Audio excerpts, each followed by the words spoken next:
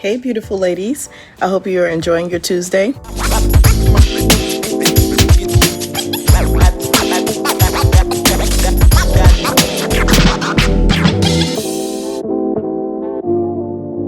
So this morning, I was reading something on Mike Parson's blog here, and I came across this, and I just felt that maybe I should share this. Actually, I'm going to read this and send the link as well, but it was talking about familiar spirits and how they can really rob us of who we are and what God has for us. And if you've ever heard like those voices that come against you and say, you can't do that, or this is not for you, or, you're going to fail at that, or, just coming against. It's always something that's just coming against you, right? Then those are familiar spirits. And it's something that we have to recognize in order to overcome it.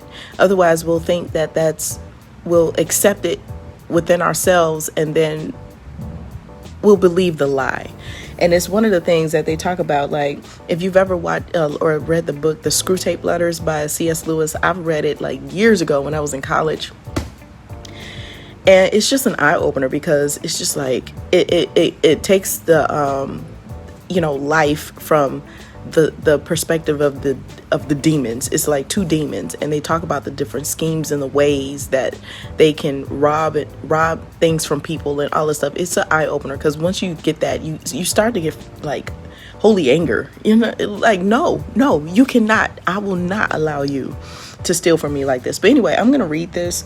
It's just these two sections here, and then we'll just see. All right, but so this part says familiar spirits. Some of you will have heard Ian Clayton speak about familiar spirits, and he has a really powerful teaching about them. I tell you now, we are going to war against familiar spirits, because familiar spirits are robbing God's people of their identity, robbing them of their destiny to rule. And then Jeremiah 20:10 says, "For I have heard many whispering and defaming. There is terror on every side. Denounce him. Let us denounce him. Say all my familiars, they who watch for my fall. Perhaps he will be persuaded and deceived." That's what they're saying, right? So this is exactly what familiar spirits do. They can be on the inside or the outside of you. Little voices whispering, defaming you, telling you that you're useless, bringing doubt and confusion. They tell you that you cannot be successful. They tell you that you are a failure. They tell you that you're going to stay in fear for the rest of your life. They tell you that you are no good. Guess what? They lie.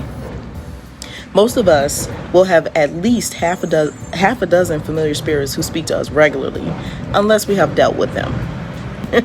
But we need to deal with them, because they are robbing us. They are the little things that you cannot seem to get over, but you need to. God is giving authority and mandating authority for us to deal with them, and we are going to war against them. And so the next section talks about throne takers, blessing blockers, rest robbers, destiny destroyers. They are throne takers. They deny your authority. They tell you that you are unworthy to rule. They are blessing blockers. They cut you off from the blessing of God, from his empowerment in your life, and tell you that you will not succeed. They are rest robbers. They stop you from enjoying the rest of God by getting you to strive and struggle in your own strength. Whereas Jesus said, "Come to me, all who are weary and heavy laden, and I will give you rest." And that's Matthew 11:28. They are destiny destroyers. They know that if you fulfill your destiny, their days are numbered. You will destroy them, together with their masters and their masters too. So we need to deal with these. And then he talks about the most common familiar spirits. So the first one is fear. This is a big one for many.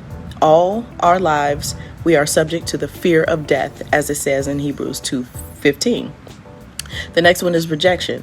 Since Adam and Eve hid from God in the garden, we are all born with that misplaced sense of separation, which they have passed on to every one of us. No wonder why we feel rejected, and the world just piles it on. Is there anyone who has not experienced rejection in some form in their life? The next one is pride. Pride will stop you from acknowledging who you are as a child of God. Pride is not only thinking you are something better than you are, but it is also disagreeing with who God says you are. It is about agreeing with the enemy who says you are useless, that you will never amount to anything. So another familiar spirit is low self-esteem, worth, and value.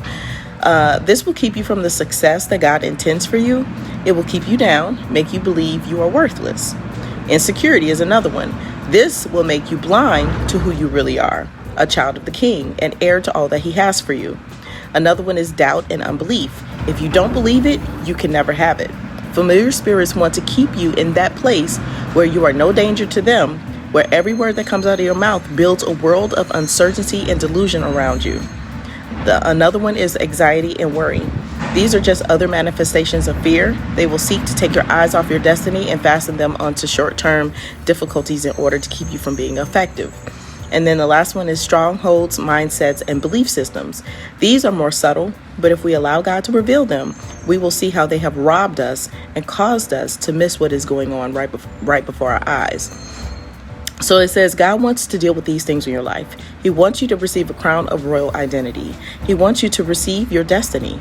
The trophy room of Satan is filled with those crowns, and it is filled with destinies of people who have missed theirs. We are going to go and get them back. Everything that belongs to us, everything that belongs to our family line that has been robbed in past generations, God is going to restore them to us. We are going to get things back we didn't even know that we had lost.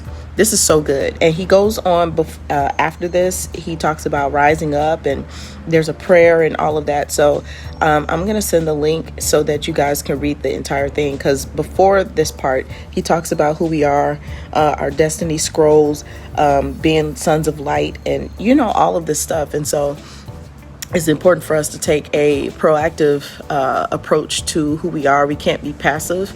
The enemy is not passive with us, and we can't be passive with the enemy. Not saying that we have to go and do 1,000 things, but we have to understand that the enemy comes against us. And so a lot of times those thoughts we think that we say we're not worthy enough, or that I'm too this, or I'm too that, or I'm not enough. Those are familiar spirits that are trying to rob you of what God has for you and who God said you are. So we need to address that as familiar spirits and know that we can overcome that and become everything that God has created us to be, and have everything that he wants to give us. So hopefully this blessed you guys. I just felt that I wanted to share that with you when I read it this morning. And I'm going to send a link now. Love you. Bye.